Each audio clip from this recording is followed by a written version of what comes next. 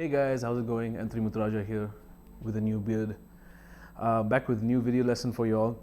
Today I want to break down this Jaco Pastorius concept of rhythmic grouping that I've heard him do a lot in his solos, his grooves. Okay, I don't really like to call it a lick because out of this you can develop a lot of conceptual ideas. Alright, so what it is primarily is 5-note groupings in 4/4. So that gives you a rhythmic overlap, right? So, and he does it in two forms. He does it in 16 notes or as triplets, 16-note triplets. He even has a composition which is based on that, but he's playing harmonics. I can't even pronounce that song, but it's on the debut album where it goes.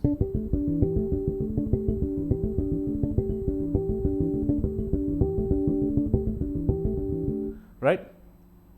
So we're going to take an E minor pentatonic or G major pentatonic.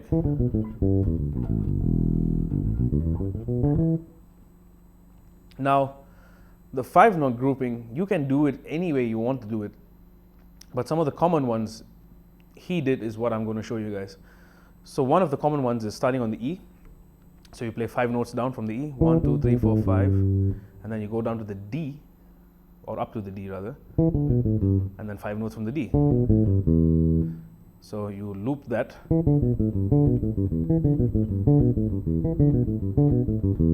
Okay, now it's a little tricky, especially when you want to do it quicker, because you need to do quite a leap with the right hand. You're skipping a string. Now there are ways to do it without skipping the string, but it doesn't sound right to me. This sounds right. Right, so a lot of times, I've mentioned this in previous lessons too, where I talk about choosing where to play your certain notes, because it's about that sound, it's about the tonality of that particular fret, of that particular string, that you won't get it elsewhere even if the pitch is the same. So always pay attention to that. Okay, so that's one thing he does. And another thing he does is he adds the 9, which is the F sharp, as a variation.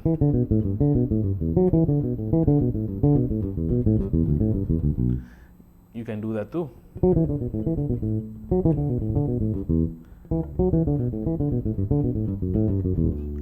Right, so it gives you different color.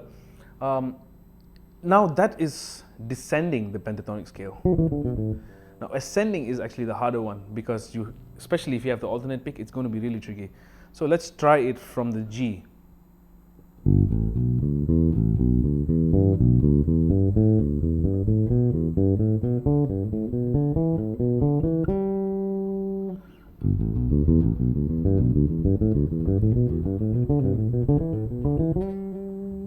Right?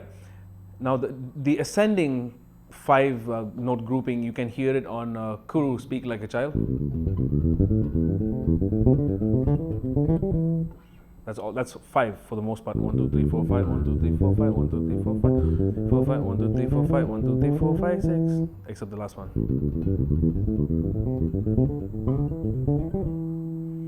Right? Now that took me quite a lot of work, although it might look like it's easy for me. I spent a lot of time, because on the bass it is always difficult to ascend, meaning go up the neck or up in pitch and alternate pick. It's always easier to go down because you can rake through the strings.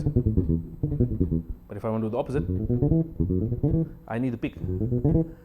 Now he also does this in Port of Entry.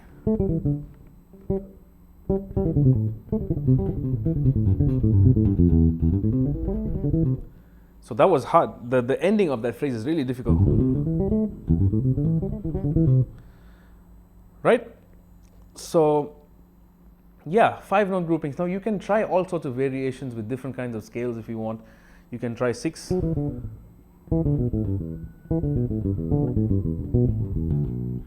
I don't really like the 6 because to me sometimes it sounds corny. The 5 is so cool, especially because of its rhythmic overlap. So 16 notes sound like this. 1, 2, 3, 4, 1, 2, 3, 4, 1, 2, 3, 4, 1, 2, 3, 4, 1, 2, 3, 4, 1, 2, 3, 4, 1. So after 5 bars of 4/4, we are back on the downbeat, the first beat. So it moves up a quarter note every time. Now in triplets, it's a little trickier, especially at that speed, it'll be much quicker. So I'm going to slow it down a little. 1, 2, 3, 4. 1, 2, 3, 4. 1, 2, 3, 4. 1, 2, 3, 4. 1, 2, 3, 4. 1, 2, 3. Oh fuck! I was messing up. I just continued down. But again, recognizing the mistake and trying to fix it. Okay, now it's really tricky to do this because of that string skipping we talked about. So I would really spend time just isolating that motion. So you'll notice my hand, my wrist does this. So every first beat of the 5-note grouping, I'm going up.